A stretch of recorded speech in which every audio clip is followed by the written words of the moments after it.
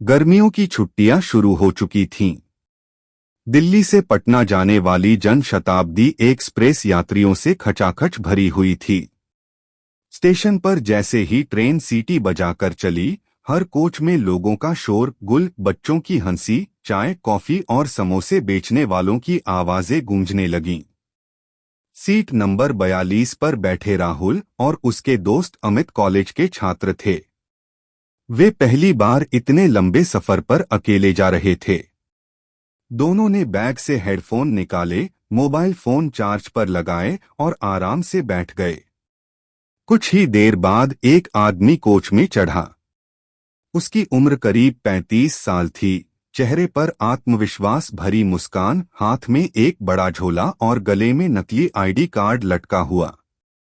उसने जोर जोर से आवाज लगानी शुरू की, सिर्फ आज का ऑफर।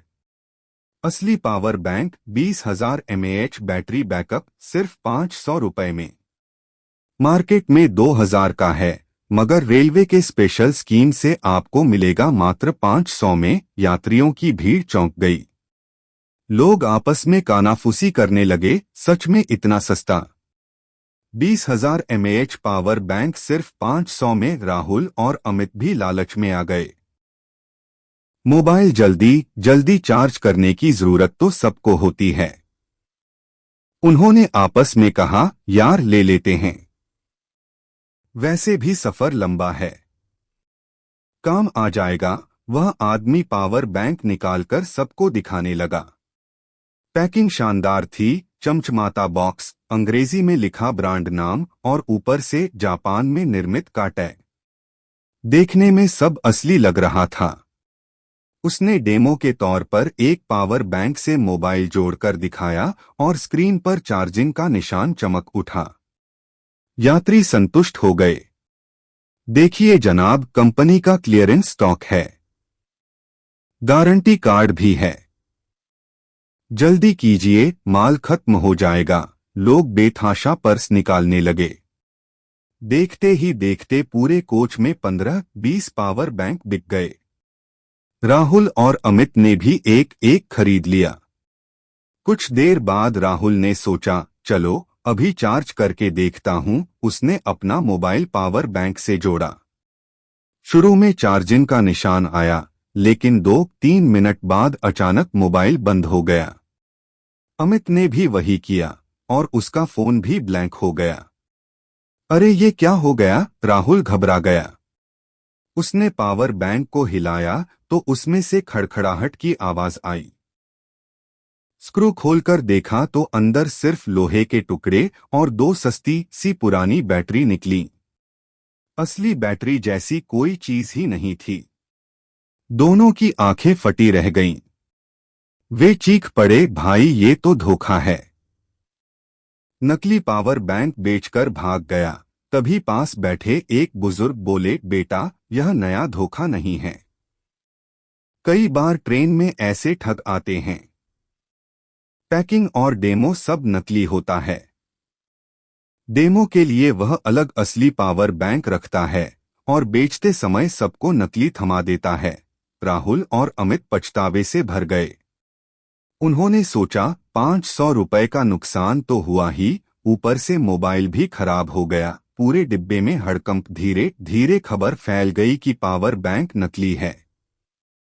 जिन लोगों ने खरीदा था सब गुस्से में भर गए।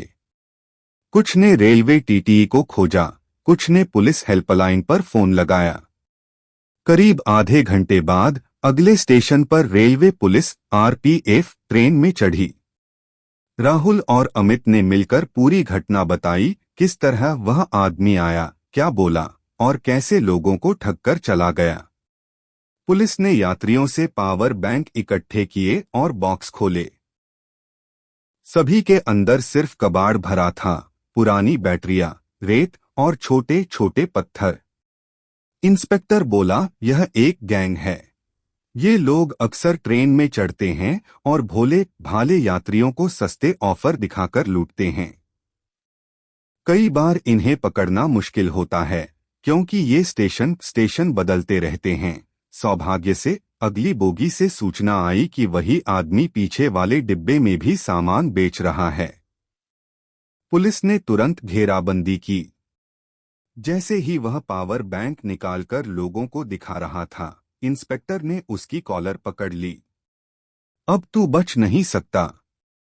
लोगों को ठगता है, नकली माल बेचकर भाग जाता है, ठग बुरी तरह हक्का बक्का रह गया। पुलिस ने झोले से सारे पावर बैंक निकाले, सब नकली। यात्री तालियां बजाने लगे। राहुल और अमित को चैन मिला। कम से कम ठग पकड़ा तो गया। स्टेशन पर उतरते समय इंस्पेक्टर ने यात्रियों को समझाया, याद रखिए, ट्रेन में कोई भी अजनबी सस्ते दाम पर सामान बेचता है तो सावधान रहिए। अक्सर यह धोखा होता है। असली कंपनियां अपना प्रोडक्ट रेलवे में नहीं बेचती। ऐसे मामलों में तुरंत रेलवे हेल्पलाइन 139 या आरपीएफ को सूचना दें। राहुल ने गहरी सांस लेकर कहा, आज समझ आया कि लालच ही सबसे बड़ा जाल है। हम सस्ते में फायदा सोच रहे थे, मगर नुकसान उठाना पड़ा।